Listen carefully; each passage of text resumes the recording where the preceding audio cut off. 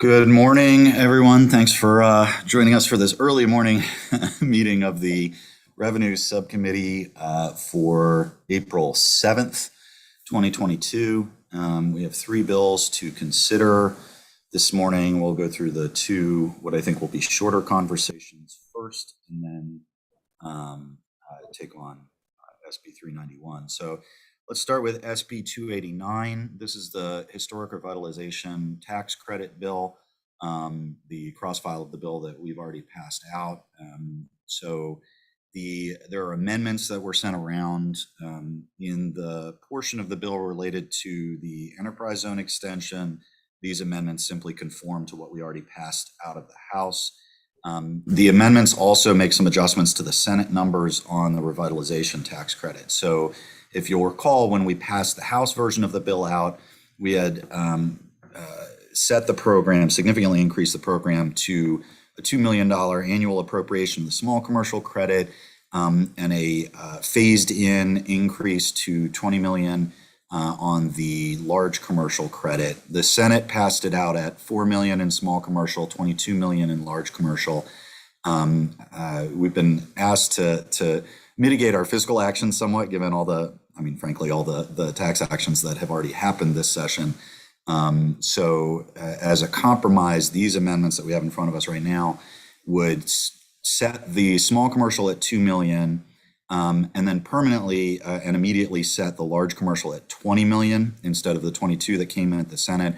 That's a bit of a compromise position because the original House version phased into $20 million. This would go to $20 million immediately. And this is in addition to some money that the Appropriations Committee set aside for this year's budget that is accounted for. So I will move those amendments. Second. Is there any discussion on those amendments? All those in favor? Oh, sorry, Delegate Feldmark, go ahead. Sorry, I wasn't quick enough on my Zoom hand. I think I'm in the same position as last time. I really like the original bill here. Mm-hmm. And I think these amendments are problematic from my perspective. So I'll be voting against them, but still support the original intent of the bill. Okay. Any other discussion? All right. The amendments have been moved and seconded. Hold on just a second. Delegate Long is joining us. All right, there we go. So, Bob, since you just joined us, we're on the amendments on the Historic Revitalization Tax Credit Bill, the first bill up today. So all those in favor of the amendments, please signify by saying aye or raising your hand. Anybody? Okay. Aye. All right. Any opposed? Okay, amendments pass 4-2. On the bill as amended, I move favorable. Second. Any discussion on the bill as amended? All those in favor, please signify by saying aye. Aye. Any opposed? Bill passes 5-1. So SB 289 is recommended favorably to the full committee. SB 314 is the mechanical insulation tax credit. The amendments do the same thing we already did on the House version of this bill, converting it to a credit program. I'll move the amendments. Second. Any discussion? All those in favor, please signify by saying aye. Aye. Any opposed? On the bill as amended, is there a motion? So move favorable. Second. Any discussion? All those in favor, please signify by saying aye. Any Aye. opposed? All right, SB 314 is recommended favorably. Okay, SB 391 is the More Jobs for Marylanders bill.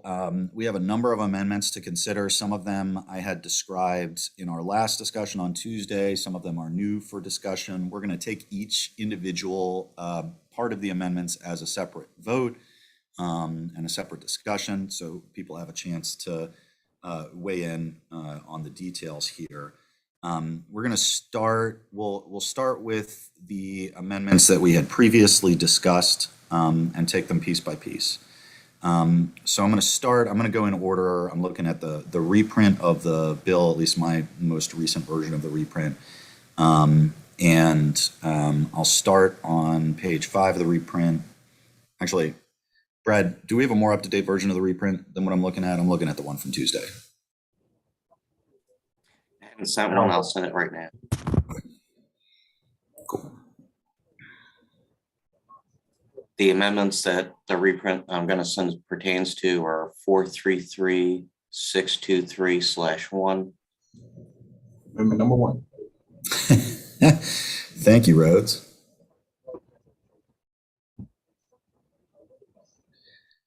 So the first change in the reprint is the transition in Tier 2 counties. So as you recall, both the Tier 1 and Tier 2 counties under the current program are eligible, projects are eligible for a full 10 years. This would adjust that for the Tier 2 counties so that those projects only receive the benefits for 5 years. This was a suggestion that actually came from Commerce about when I asked them how to mitigate the fiscal impact of the bill. So I will move that amendment. Second. Is there any discussion on that amendment? All right, all those in favor, please signify by saying aye. Aye. Any opposed? Okay, so that amendment is adopted. George, did you resend that reprint to my Gmail?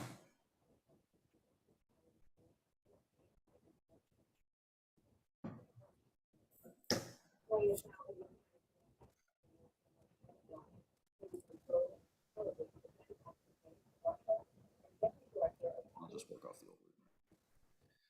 old. All right, the next piece would be a reduction in the extension of the program. So as introduced, this bill extends the program for a further 5 years. This amendment would extend it for a further 2 years, which means by the time we'd be once again reconsidering reauthorization of the program, we would have a full 5 years of implementation to look at. This is, again, one of the amendments we discussed last time. I move that amendment. Second. Any discussion? All those in favor signify by saying aye. Aye. Any opposed? Okay. The third piece of Tuesday amendments. So if you recall, one of the Tuesday amendments was to reduce the the money set aside for the program from $10 million annually in new projects to $5 million. We got feedback from the Department of Commerce. They essentially asked if we're going to do that, could we keep, so right now, of that $10 million, $9 million goes to income tax benefits and $1 million goes to sales and use tax benefits. If we cut them both in half in the amendments we discussed Tuesday, that'd be $4.5 million in income, $500,000 in sales. Commerce essentially said, look, nobody's really using that sales tax benefit, so can we just take the full $5 million and put it into the income tax? So the revised amendment that we're considering right now cuts the new outlays in half to $5 million, but focuses that entirely on income tax rather than sales and use tax. So I move that amendment. Yeah, Delegate Barnes. Yeah, do we have an idea of how many people are actually using the sales and uses taxes before we just do away with it? Sure. Jen, Lonnie, do you want to jump in there? Lonnie, please correct me if I'm wrong. I believe there may be one company that either had or was eligible to. But to be completely honest with you, Delegate, we have taken the funds that were in the sales and use tax reserve fund, and those have been shifted into the income tax credit reserve fund to cover obligations in that side of the program. So as of right now, there is no funding for the sales and use tax refund. So even if there was somebody who was eligible and attempted to claim that, there would not be funding available for them at this point. But right now, it has only been one company that has benefited from that. Correct. Oh, just money. as a clarification, no company has applied for the refund.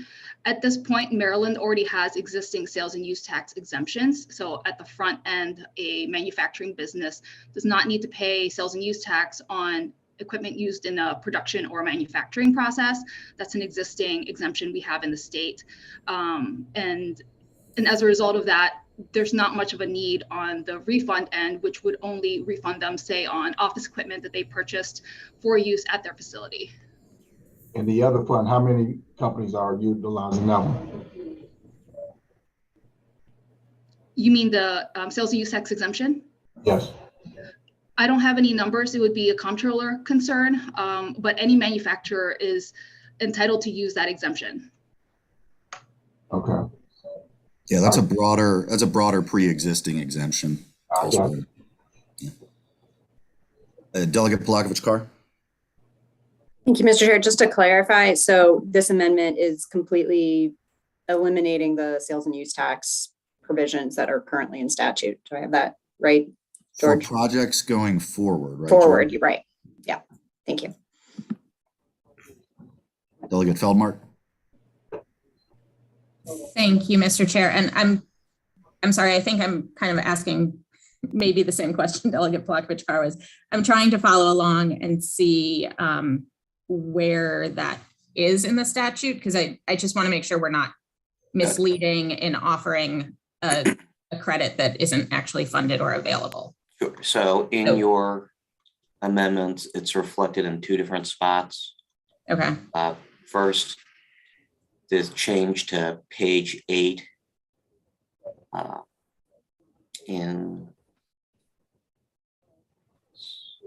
sorry.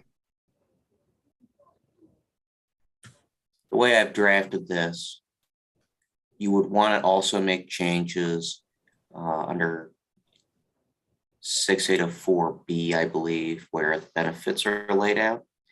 We reflected it in the statute in your amendments with the showing the sales and use tax provisions beginning to be inserted on page 9 under 11411, where we said that the qualified business entity is a new business entity that's operating an eligible project if they receive the certificate under 6805 before June 1. So that would be current enrollees. And then, like I said, we can clarify, and I think that you probably will have additional amendments for consideration today, that when they all overlap, you'll want to be making some changes to 6804B to make clear what benefits are available to current enrollees and new enrollees going forward. Okay, thank you. Any further questions on this amendment? All right, I move the amendment. Second. Any discussion? All those in favor, please signify by saying aye. Any opposed? Okay. George, am I missing anything else from 433623? No, sir. No. Okay. All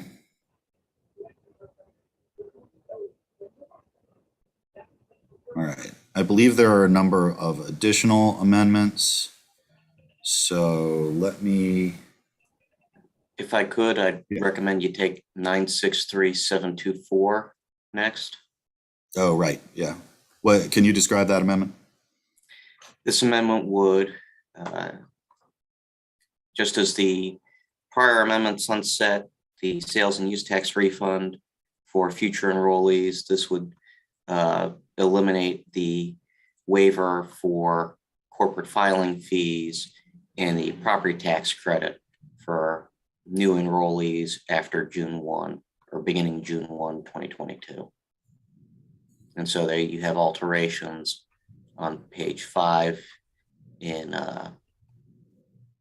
6804B, and then you have corresponding changes to 1203.1B of the Corporations and Associations article and 9110 of the tax property article. So for projects going forward, again, because this applies to projects going forward, essentially the effect of this amendment, given the last amendment we passed that eliminated the sales and use tax portion of the credit, or of the program. This would narrow the program to only be an income tax program, because the four pieces of it, as it currently exists, are income tax, sales tax, property tax, which we have enterprise zone programs, and then the corporate filing fees. So are there questions on this amendment or discussion on this amendment?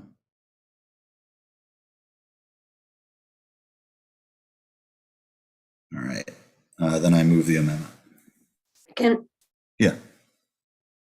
oh, sorry, saying second, had a frog in my Oh, throat. okay. All I heard is the second part of the word second. So, okay. So it's been moved and seconded. All those in favor, please signify by saying aye. Any opposed? Okay, now, are there additional amendments? Who wants to go? Delegate Polakovich-Carr? I'll start with one of mine that shouldn't be contentious. This is, I think, the last amendment that George shared yesterday. It's Amendment 523326. The amendment simply adds a purpose statement for the program, as we've tried to do with a number of other tax credit programs. This language was actually written by Commerce and provided to me, and it just reads that the purpose of the program is to, 1, incentivize the creation of new manufacturing jobs in the state, and 2, attract new businesses to and encourage the expansion of existing businesses within opportunity zones. So I would move that amendment. Second. Any discussion on the purpose statement? Delegate Feldmar? Oh, okay. All those in favor, please signify by saying aye. Aye. Any opposed? Okay. Next. Delegate Feldmar, you had your hand up. You can jump in. Sure. Sorry. That was an accident, but I'll go ahead and offer my amendment. So this is taking the wage and labor standards that we applied to the job creation tax credit last year and incorporating them into this tax credit program as well. The rationale is exactly the same. If we are giving, taxpayer dollars and state subsidies to private businesses to create jobs, we want to make sure they're good jobs that can support a family and promote stronger communities. It is amendment 673927. George did send it around yesterday. I don't think I need to walk through all the specific provisions. I think we're familiar with them, but if anyone has questions, I'm happy to. Any questions? Jen, go ahead. Yeah, I just wanted to note, we would have concerns with this amendment, and it's the same concerns that we had when applied to JCTC. And one of the main concerns that we have now is we haven't yet been able to see the impact that this change has had on JCTC. As we said last year and throughout, we are very concerned that this will have a larger impact on the more rural parts of the state, and especially in the Tier 1 jurisdictions for this program. And I have additional kind of stronger concerns specifically about the health insurance portion of this. I think we've looked at it further, and to be frank, I don't think state employees are offered health insurance benefits with premiums that are that low compared to their monthly income. So I think we would strongly urge that we not put requirements on jobs that we're trying to incentivize that we don't even apply to our state employees. But we feel strongly that this would kill the program moving forward. And so we would be opposed to this amendment.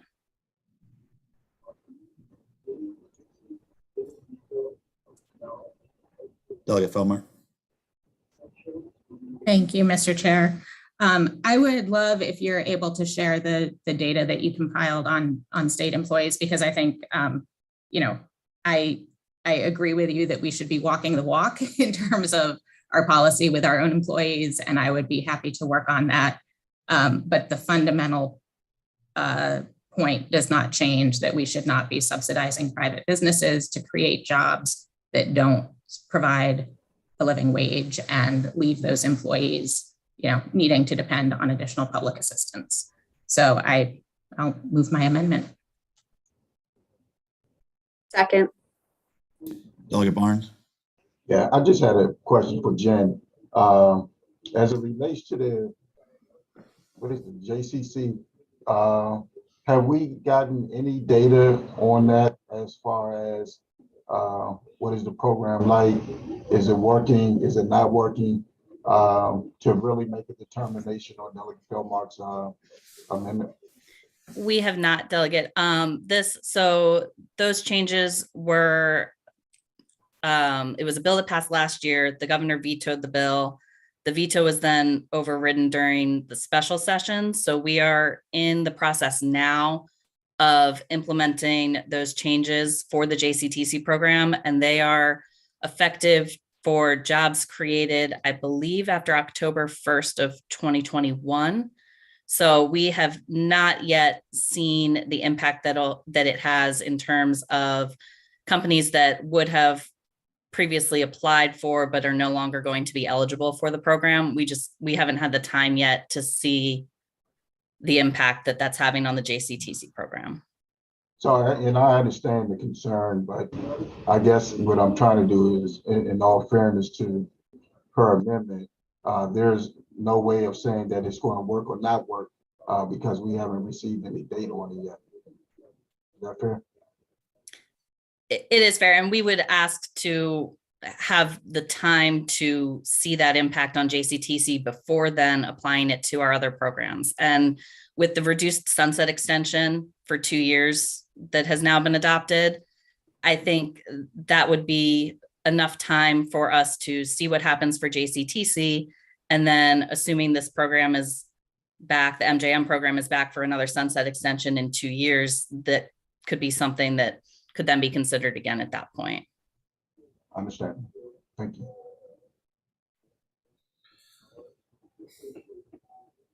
Jen, are Commerce's concerns with every part of the amendment, or, I think I had seen something that said the average salary for a position under this program is in the range of like $70,000. So the compensation portion of the amendment setting a floor at $50,000 in an opportunity zone or 150% of state minimum wage, is that of concern to Commerce as well? That is not as much of a concern to us as the other portions of the amendment. Again, as you noted, the average salary for this program is higher. I do just want to note again that increased salary requirements does tend to have a larger impact on the tier 1 jurisdictions. I know Lonnie pulled some quick numbers on this, and of the 54 initial certificates that we have issued so far, 22 of those projects would not meet 150% of state minimum wage once it's fully ramped up to $15 an hour. And of those 22 projects, 14 of those fall in tier 1 jurisdictions as opposed to tier 2s. And so again, I don't believe this would impact the companies that are currently in the program, but just to give us a general idea of the impact that it could have moving forward, it would be felt largely in the tier 1s as opposed to the tier 2s. But to answer your initial question, the wage increase is less of a concern with this program as the other additional requirements that are included. Although I do want to note, we do already require, part of the statute requires job skills training as part of these jobs already. So that is already a requirement, and that's not a concern. Delegate Buckle. I apologize for being a few minutes late. I had a work call, but my understanding of what we're talking about, I mean, all I'll basically say is this: I won't belabor the significance of the amendments. Tier 1 jurisdictions in general, particularly those in Western Maryland and the Eastern Shore, do not share the same economy as the I-95 corridor writ large. They do not have the same housing costs. They do not have the same job opportunities, and they do not have the same per capita incomes of Howard County or Montgomery County or Anne Arundel County or Baltimore County. That is as it has ever been. And the goal, when I recall several years ago, being pretty heavily involved in the More Jobs for Marylanders program, was to provide an incentive to attract jobs predominantly to those tier 1 areas. And then, of course, we amended it and we included the whole state as tier 2s. And what has happened is we all are begun to realize is that the majority of the benefits have flowed toward tier 2 jurisdictions, which may or may not have ever needed the credit or the incentive to get the exact same job.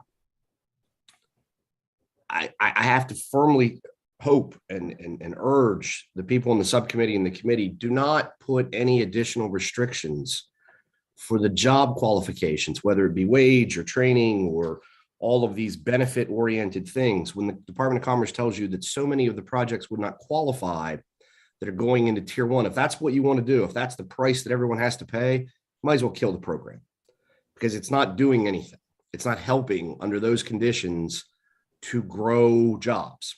And if the $5 million a year in credits is such a big deal that we can't give out $5 million a year as currently amended, I think, in credits to help create jobs for some of the communities that still have persistent rates of unemployment, although low now, but they still need better jobs and better companies and a better future. They're the places that aren't growing. If you look at the tier 1 communities, Baltimore City, Allegheny County, Garrett County, Somerset County, Kent County, these are the places in the state that are not growing. And so whether it's the best job in the world, whether it's a union job, it really doesn't matter. If it's a job that will drive people to help grow, it will attract people from Delaware, Pennsylvania, West Virginia. I know this is hard for some people to believe, but there are communities 20, 30 minutes away from the Maryland line in neighboring states that are far worse than Maryland, that are really broken down rural communities that people would be happy to move across the state line if they had a little bit better of a job. And so that's, I just would be opposed to any type of an amendment for the tier 1s. If you want to impose these requirements for tier 2 counties, if you think, hey, the state's spending money for a company to come to Montgomery or Anne Arundel or Howard, and that has to be a better job and it has to be, that's fine. Do that for your own communities. Tier 2, I support it. Makes sense. But please don't impose these things statewide unilaterally, because they don't work and they gut the programs. And then we come back 5 years later looking for more programs. We don't want to look for more programs. We want to use what we have to grow. So with that, I'll stop. Thank you.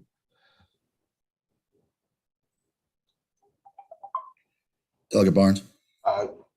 Thank you, Mr. Chairman.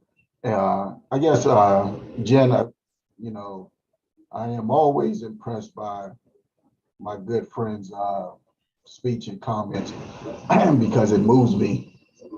I got goosebumps and I had to drink some more water to calm myself.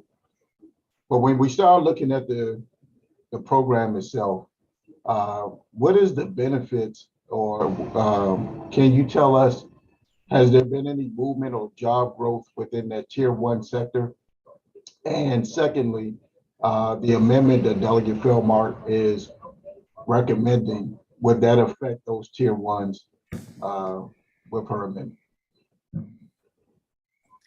Lonnie, you can probably speak to the numbers, but I can dig through the documents that I have printed out, but I think you know them better than I do. Can you speak to the delegate's question?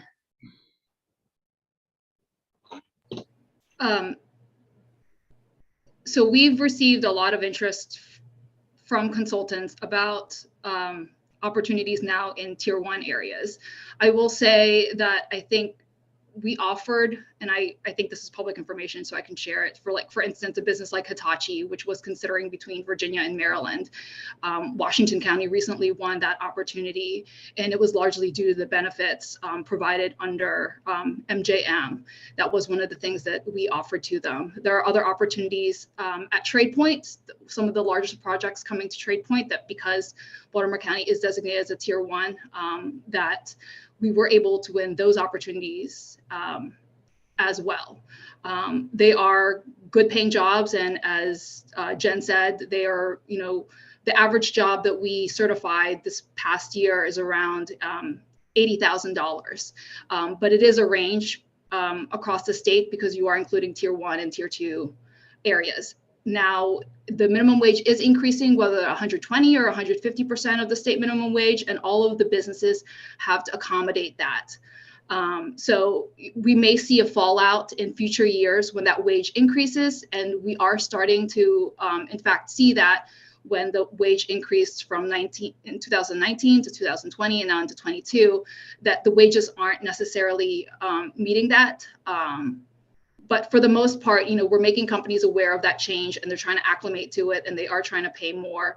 And in general, the average wage in MJM is way above other programs. And I hope that answers your question. Yeah, so let me just summarize this. So the program itself is working, and there are opportunities that are being had within those tier 1 sectors. Is that correct? Yes. All right, thank you. Delegate Feldmark. Thank you, Mr. Chair. I just want to say I am sympathetic to the concerns about the impact in tier 1 areas. And, with the job creation tax credit, we went ahead and enhanced the benefit for those areas. And I'm willing to look at enhancing the benefit, targeting the program. I want this to be focused where it is needed. I think part of the failing of the program to date is that it hasn't been focused on where it's most needed. What I don't think we should be doing is saying that just because someone lives in an economically depressed area, that they don't deserve a living wage. And if we look at the cost of living in tier 1 jurisdictions, 120% of minimum wage is not sufficient. We have the data from United Way Alice report going county by county. 120% of minimum wage is not enough for a single adult to support themselves with financial stability. It's not enough for basic survival if that worker happens to have a child. So I don't think we should be subsidizing jobs that people can't live on. It's a waste of state resources.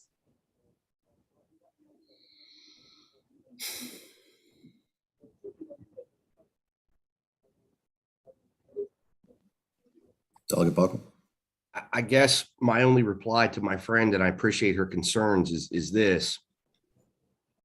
If you don't have a job at all, or you have a minimum wage job with no track for advancement, you work at the supermarket in a low paid job, you work at a restaurant, we've raised the minimum wage, you're going to get paid the minimum wage or a little bit above, but you have no room for advancement.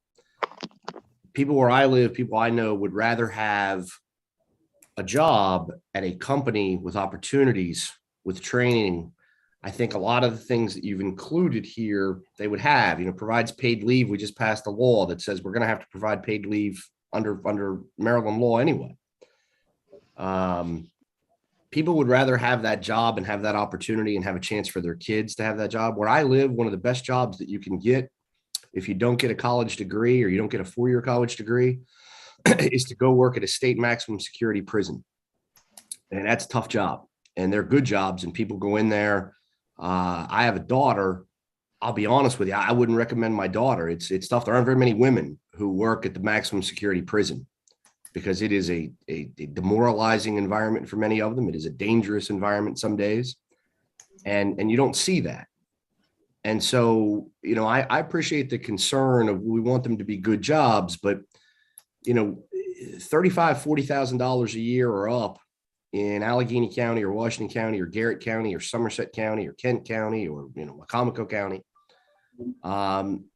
If you're a single individual, you can afford to live there. If you're married and your spouse works, and you guys have 75, 80,000. I think the median household income in my community is like 40-some $1,000, maybe 50. That's household. And so to me, I don't mind the wages. I don't mind 120% of the state minimum wage. I think that's feasible. But a lot of the other stuff here, particularly affords the employee the right to collectively bargain for wages and benefits. My grandfather worked in a union. I have no objection to private sector unions, but I can tell you that one of the largest reasons why Pittsburgh Plate Glass, why the Kelly Springfield Tire Company, why Host Celanese Fibers, which used to employ thousands upon thousands of people in my county at least, and be some of the best jobs available. You get a high school education and go work there and be very middle class your whole life, get training, be a part of a family, work. You didn't have to go work in the prison. They all left, and anyone connected to them will tell you that part of the reason why they left, there's a lot of reasons, globalization and everything else. But part of the reason was the Maryland union status. The tire plant moved to Tyler, Texas, and to Wilson, North Carolina. They took 3,000 jobs out of Allegheny County, Maryland. And when they left, they basically said one of the big reasons, those plants are still there. One of the big reasons is because our heavily unionized workforce, they just couldn't afford it anymore. And so sometimes in manufacturing environments, that's why, auto plants nowadays tend to go into states that don't have the same degree of unionization because of the costs. And so I'm a private sector union fan. I mean, I think that's business, that's capitalism, you bargain. But to force and say, hey, if you want to come to the tier 1 jurisdictions, you have to be a union shop, or else we're not going to offer you the incentives. I just think it'll be more evidence and more indication that it won't work. It won't work for the places that need it the most. And again, it's all I would encourage you. If you want to put all these limitations and handcuffs on the use of the program, do it within the tier 2 jurisdictions. But the tier 1s, you have to look at them differently. You have to give them a chance. Thank you. We have a lot of hands up now. Let me go first to Delegate Barnes, and then Delegate Polakovich-Carr, and then Delegate Feldmark. Yeah, I was going to just ask if we can hold this amendment and let Delegate Buckle and Delegate Feldmark try to come to some compromise or workaround because, this is, I'm sympathetic on what he's saying. And I think if we can try to work this out somehow, I think it works for everybody. I'd be fine with holding the amendment now because of timeline. I think probably if we hold the amendment, we're going to come back later today at some point for subcommittee. So, it'll buy some time, but not a huge amount of time. So Delegate Feldmark, that's up to you. Do you want to? I mean, I'm perfectly happy to. I mean, the one point I wanted to just respond to directly is I want to make sure we're clear. This is not requiring it to be a union job. This is not requiring a business to be a union shop. It's simply the right to collective bargaining. I just wanted to correct that one. I think that was maybe a misunderstanding based on Delegate Buckle's earlier remarks. If folks want to hold this and we can try to work something out. I mean, we did that on job creation tax credit. We ended up with an enhanced benefit. I think the effort was appreciated, but it didn't change the overall difference of policy perspective on this. So I'm not greatly optimistic, but I'm certainly willing to give it a shot and have some further conversation offline if folks think that's the way to go. Okay, then we'll hold off on that amendment. Let's see, I'm going to try to get us out of here at 9:45. So let's see if we can deal with any other amendments before then. Delegate Feldmark, was that your only amendment? Okay, I'll go back to Delegate Polakovich-Carr then. Thank you, Mr. Chair. Let's next go to Amendment 943924. Amendment number 1. So let me just give a little bit of explanation about what's currently in the statute. So right now, the income tax credit part of the More Jobs for Marylander program is tied to our individual income tax brackets and to whatever the top income tax rate is in Maryland, which for right now, for people who make more, for income for $250,000 and above is 5.75%. So that's the de facto income tax credit that companies are getting for wages paid through this program.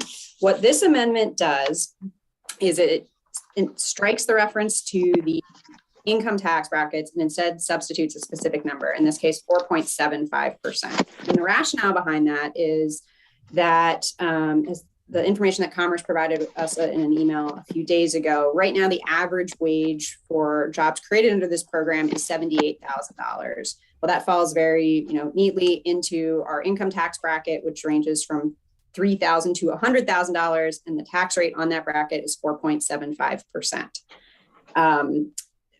Part of my reason for offering this is in the DLS evaluation of this program from a couple of years ago, they noted that this program is much more generous than, say, the job creation tax credit in terms of the amount of tax benefits per job created that companies are getting, even when you hold constant how many jobs a company is creating. So again, this is in essence decreasing what the income tax credit amount is by 1 percentage point to 4.75%. And I would move that amendment. Is there a second? Second. One issue and then one suggestion. My one issue is, as drafted, this amendment would apply to projects that have already been authorized. My personal preference, I look at a deal as a deal. So my personal preference would be that it be on projects going forward. I don't know if that's something we're comfortable with. Yes, thank you for reminding me of that. Jen and I had a chance to talk before the meeting, and I did need to verbally say that that's my intention as well. It would just be for new certificates going forward. So the amendment would need to be updated. So it's just prospective. My second suggestion, given the conversation that just happened, whatever, as the maker of the amendment, whatever you want is fine. I would be totally comfortable with dropping this in tier 2. I think there's an argument to keep it where it's at in tier 1 and create that differentiation to help incentivize the location in tier 1. But I don't know if that's something you'd be open to considering. You can think about it, because Jen. Yeah, Jen's let's hear from hand Jen. up. Okay, Jen, go ahead. I just wanted to confirm one thing on the grandfathering is that we would request that it be not just for new certificates issued moving forward, but for companies that are newly enrolled moving forward. Because the way this program is set up, a company that's currently participating in the program, for each of their 10-year benefits, they have to be issued a new certificate each year. It's not like our other programs where it's more of a carry on and we confirm that the job's still there and then give them their next year's credit. They need to reapply and be issued a new initial and final certificate each year. So and George knows this has been a drafting nightmare essentially, but the way we've been kind of functioning with the sunset extension on this is somewhat setting up 2 programs. So we would have, our request would be to have the program preserved as is for those companies that are enrolled before June 1, when the program's currently set to sunset, and then have essentially a new version of the program for those that enroll starting on June 1. So just one clarification on that for the grandfathering for this would be our request. Sure. And then to the tier 1, tier 2, we would be very happy for tier 1s to be maintained at 5.75% and tier 2 at 4.75%. We're comfortable with this, but we are very happy to have added incentives for tier 1 if that's the will of the subcommittee. Dr. Buckle. I'm thinking maybe this is a conversation we can have, this morning before we have to come back this afternoon, offline, so to speak. Maybe that's where there's some room for compromise. I'm always looking, as I think you guys know, to find a way to work together to make these things better. Maybe that's where there's some room for some compromise to keep, because I appreciate Julie's point of, why necessarily are we giving the multiplier for the highest tax rate if none of the jobs really are probably within the highest tax rate? That's logical. But maybe that's a way to address that we can think about some of Delegate Feldmark's concerns of, hey, we're leaving and creating that additional incentive within the tier 1 jurisdictions to help promote them. even if we're adopting some, not saying I'm okay with all, but we'll talk about that, of the restrictions or the qualifications for the job type. Maybe that's where the rubber can meet the road, and we can work something together so that tier 1 is still getting a better incentive than tier 2 while adopting that logically. At least that's just a thought piece, maybe. Delegate Pelakovich-Carr? Yeah, I'd be happy to continue this conversation in light of the time that we have floor shortly to keep chatting offline. Then we will hold this amendment to, as well as the bill. Keep your eyes peeled on your email. I will try to find a time for us to meet again later today on this bill. And that's it. Thank you all very much. See you on the floor.